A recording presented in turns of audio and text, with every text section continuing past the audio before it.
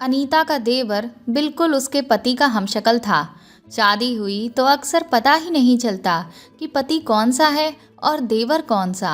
वो अपने देवर के सामने जाने से भी कतराती थी और ज़्यादातर वक्त अपने कमरे में गुजारती थी। लेकिन एक रात अनीता का पति उसके पास लेटा था। उसका दिल धक धक करने लगा। उसने आंखें खोली तो पति की जगह उसका देवर। अनीता की शादी की पहली रात उसके कमरे में दो जवान लड़के बैठे हुए थे। अनीता नज़र झुकाकर बैठी हुई थी। उसे बस उन दोनों के पैर ही दिख रहे थे। उसे हैरत हुई कि उसके पति के साथ दूसरा कौन हो सकता है, वह भी रात के इस वक्त।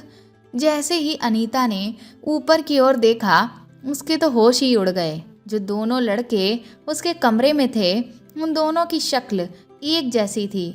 उनमें ज़रा भी फर्क ना था। बालों का स्टाइल एक जैसा था, हाथ की बनावट एक जैसी थी। वो तो चौंक कर रह गई, क्योंकि यह अंदाज़ा लगाना मुश्किल था कि उनमें से उसका पति कौन सा है और कौन सा नहीं। अनीता अभी इन बातों का अंदाज़ा नहीं लगा पाई थी कि एक नौजवान मुस्कुराता हुआ उसके पास आया और कहने लगा कि बताओ, तुम्हारा पति कौन सा है। वो यह फैसला कैसे कर सकती थी? वो क्या यह फैसला कोई भी नहीं कर सकता था, क्योंकि दोनों में जरा सा भी कोई फर्क ना था। अभी अनीता इसी सोच में परेशान थी कि क्या जवाब दूं, कि तभी दूसरा नौजवान भी आकर उसके करीब बैठ गया। फिर उसका हाथ पकड़कर कहने लगा, मैं राजीव हूँ और ये संजीव है, मेरा भाई। अनीता को उसकी बात पर भरोसा नहीं हुआ था। ये उसके लिए बहुत बड़ी बात थी। उसके पति और देवर दोनों जुड़वा हैं। ये अनीता नहीं जानती थी कि राजीव का कोई जुड़वा भाई भी है। उसे इस बात का अंदाज़ा था कि उसके पति दो भाई हैं, लेकिन ये नहीं मालूम था कि वह जुड़वा है, क्योंकि उसकी सास जब रिश्ता देखने आई थी तो कहने लगी कि उनका एक बेटा अमेरिका में रहता है। कहने लगी कि मेरी ख्वाहिश है कि वह भी यहाँ पर ही सेटल हो जाए, लेकिन वह सुनता ही नहीं है। अनीता को लगा शायद जो अभी राजीव बनकर उसका हाथ थामे है, कहीं वह उसका देवर ना हो, वह मजाक में यह सब कह रहा हो। वो बहुत परेशान थी।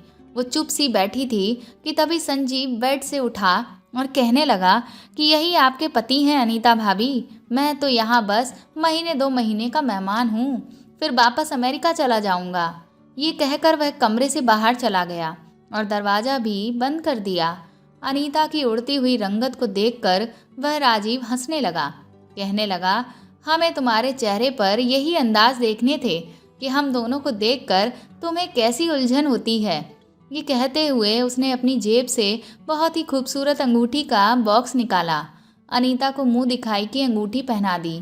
सुबह नाश्ते पर उसकी सास ने बड़े ही अच्छे नाश्ते का इंतजाम किया था।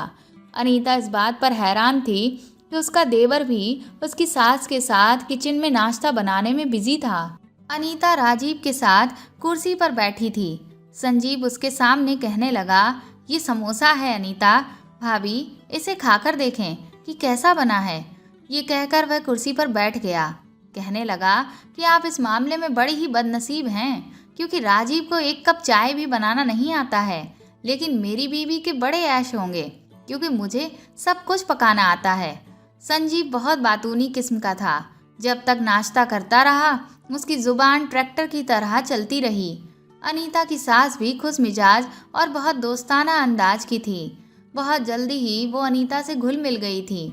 शादी के बाद राजीव अनीता को चंद दिनों के लिए घुमाने के लिए लेकर गया। जब वो वापस आए तो अनीता ने किचन संभाल लिया। राजीव के साथ गुजरा हर लम्हा अनीता के लिए खूबसूरत यादगार थी।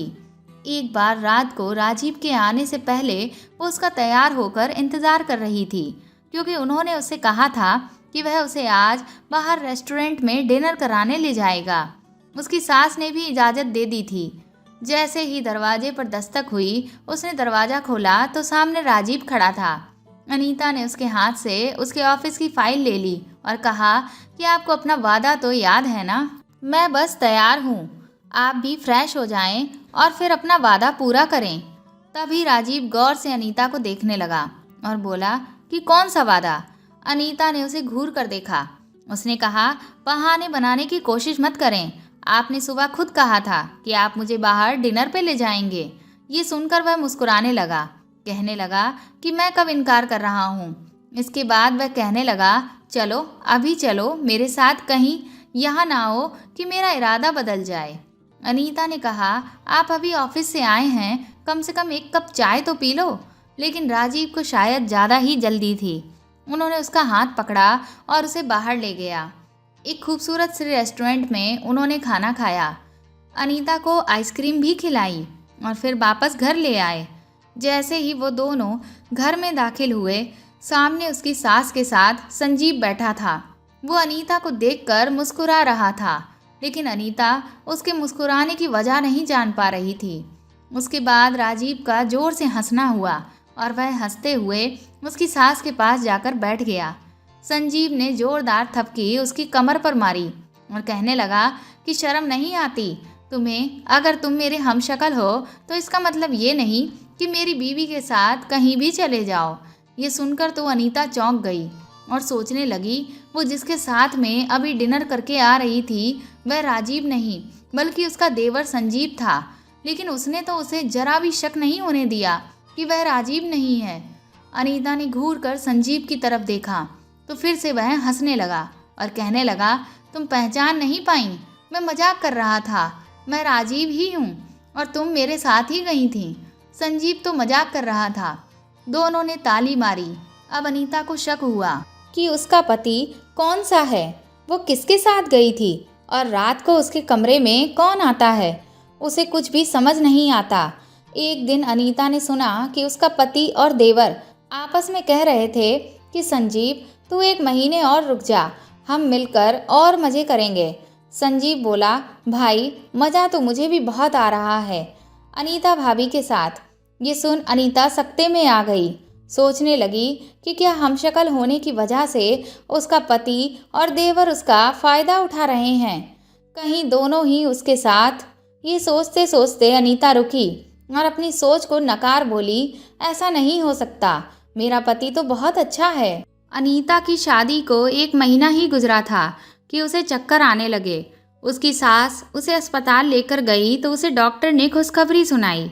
ये खबर जब राजीव को पता चली तो वह उससे ज़्यादा खुश था और संजीव तो खुशी के कारण रोने लगा था और बोला, अनीता भाभी आपने मुझे बहुत बड़ी खुशी दे दी। ये देख अनीता को थोड़ा अजीब लगा, लेकिन उसने कुछ कहा नहीं। उसके बाद वो सब लोग घर आ गए। राजीव बोला, शादी को 1 महीना हो गया है। अनीता तुम एक बार भी अपने मायके नहीं गई। कुछ दिन तुम मायके हो आओ, क्योंकि मुझे ऑफिस के काम से बाहर जाना पड़ रहा है। अनीता ने पूछा, कितने दिन? तो राजीव बोला, लगभग 15 दिन के लिए। जब मैं आने को होऊंगा तो तुम्हें बता दूंगा। अनीता अपने मायके चली आई। 15 दिन बाद जब उसे राजीव लेने आया तो उसके चेहरे पर अजीब सी उदासी थी। अनीता ने पूछा कि आपको क्या हुआ है? क्या मेरे बगैर उदास हो गए थे? जो मुंह बना रखा है। उसकी बात सुनकर राजीव बोला, हाँ तुम्हारी तो बहुत याद आ ही रही थी और संजीव भी अमेरिका चला गया है। ये सुन अनीता उसे गौर से देखने लगी और बोली, इतनी जल्दी? मैं आ जाती तब जाते देवर जी। तो राजीव बोला, उसे ज़रूरी काम आ गया था। माँ ने भी बहुत रोका पर वो रुका ही नहीं। माँ की भी तबीयत उसके जाने से थोड़ी गड़बड़ हो गई है। उनका मन नहीं था कि संजीव अमेरिका जाए, उनका मन था कि वो यहीं सेटल हो जाए। लेकिन संजीव अमेरिका में एक लड़की को पसंद करता है, वो वहीं सेटल होना चाहता है। इसीलिए मैंने उसे भेज दिया और कहा कि मैं माँ को संभाल लूँगा। उसके बाद अनीता राजीव के साथ घर आ गई। अनीता ने अपनी सास की खूब सेवा की। वो कुछ दिन में ठीक हो गई। जब से अनीता वापस आई, राजीव उससे कम बात करता था और कमरे में रात को खामोशी से सोफे पर जाकर लेट जाता था। ये देखकर अनीता हैरान थी। उसने कहा कि राजीव आप सोफे पर क्यों लेटते हैं? वो कहने लगा कि मेरे सर में दर्द है, मैं सोना चाहता हूँ, तुम भी आराम कर लो। लेकिन अनीता उठकर उनके पास आ गई। उसे अपने करीब देखकर वह उठकर बैठ गया कि क्या हुआ तुम्हें अनीता?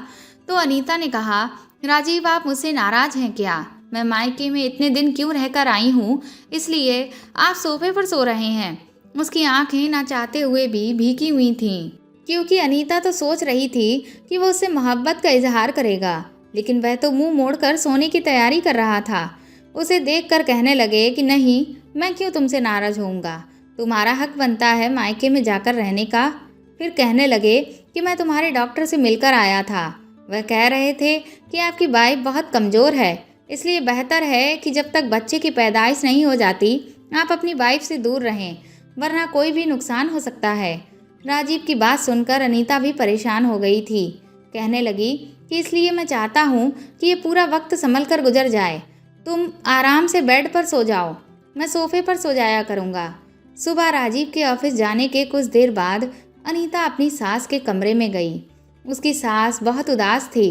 अनीता ने उन्हें समझाया कि आप उदास ना रहें, आपको उदास देख मैं और राजीव भी बहुत परेशान हैं। आपके साथ मैं और राजीव तो हैं ही। संजीव की खुशी अमेरिका में है, वो अगर यहाँ रहता भी तो खुश नहीं रहता। आपको भी तो ये अच्छा नहीं लगता, दूर सही पर वो खुश तो है। ये सुन अनीता की सास ने उसे गले लगा लिया और बोली कि तुम बिल्कुल ठीक कह रही हो, मैं स्वार्थी हो गई थी, अपनी खुशी देख रही थी। तुम और राजीव तो हो ही, और आज तुम्हें देखकर तुमसे बात करके दिल हल्का हो गया, और बहुत जल्द मेरा पोता भी आ जाएगा। अनीता बोली, और क्या, वो क्या बीमार दादी के साथ खेलेगा? जल्दी से फिट हो जाइए, उसे खिलाने की जिम्मेदारी आप पर ज़्यादा है। ये सुन अनीता की सास हंसने लगी। रोज रात को संजीव का फ़ोन आता था। गुस्से में उसकी सास उससे बात नहीं करती थी, पर आज उन्होंने संजीव से बात की और उससे कहा कि तुम परेशान मत हो, मैं अब ठीक हूँ, तुम अब आराम से वहाँ रहो। रात को राजीव ने अपना तकिया उठाया और सोफे पर जाने लगा। अनीता ने उसका हाथ थाम लिया। उसने कहा कि यहाँ पर बैठो मेरे पास, मुझे आपसे कुछ बात करनी है। तो राजीव उसके पास बैठ गया। अनीता ने कहा कि कुछ महीने ही रह गए हैं नए मेहमान के आने में, हमें चाहिए कि अब हम उसके लिए शॉपिंग करें। ये कहकर उसने राजीव के कंधे पर सर रख दिया, लेकिन उसे उम्मीद नहीं थी। एक झटके से वह उससे पीछे हट गया। उसकी ये हरकत देखकर अनीता हैरान रह गई थी। उसने कहा, आपको क्या हुआ है? तो कहने लगा, कुछ नहीं। फिर कहने लगा कि मैं तुम्हें पैसे दे दूंगा, तुम जो चाहे सामान खरीद लेना, लेकिन आजकल मैं ऑफिस में बिजी हूँ, इसलिए तुम्हारे साथ कहीं भी नहीं जा सकता। और राजीव सोफे पर जाकर सो गया। सुबह अनीता कुछ देर से उठी थी। उसने देखा कि राजीव ऑफिस जा चुका था। जब से अनीता प्रेग्नेंट हुई थी, राजीव उससे कोई भी काम नहीं कहता था और ऑफिस खुद ही नाश्ता करके चला जाता था। दोपहर के टाइम संजीव का फ़ोन आया। उसने बताया कि उसने शादी कर ली है। ये बात सुनकर पहले तो उसकी सास उदास हुई, फिर हंसकर बोली, खुश रहो, बहू को जल्दी घुमा ले जाना। फिर फ़ोन रख दिया। अनीता ने अपनी सास की उदासी दूर करने के लिए कहा, माँ जी चलिए हम लोग आने वाले मेहमान के लिए ऑनलाइन शॉपिंग करते हैं। ये सुनते हुए उसके सास के चेहरे पर मुस्कान आ गई। बोली, ये तो मैंने सोचा ही नहीं, आज से ही मैं ऑनलाइन चीज़ें अपने पोते या पोती के लिए ढूंढना शुरू कर देती हूँ। ये देख अनीता खुश हो जाती कि अब उसकी सास व्यस्त रहेगी तो कम उदास रहेगी। कुछ महीने यूं ही बीत गए। अनीता ने एक बेटे को जन्म दिया। वो बहुत खुश थी। उसकी सास तो अपने पोते को देखकर फूली नहीं समा रही थी, लेकिन राजीव बहुत खामोश था। बार बार बच्चे को देखता और फिर नज़रें हटा लेता। बेटा 2 महीने का हो चुका था। अनीता ये नोट कर रही थी कि अभी भी राजीव सोफे पर ही सोता था। कहता था कि मैं अगर बेड पर सोऊंगा तो मेरा बेटा डिस्टर्ब हो जाएगा। लेकिन अब अनीता का सब्र जवाब दे गया था।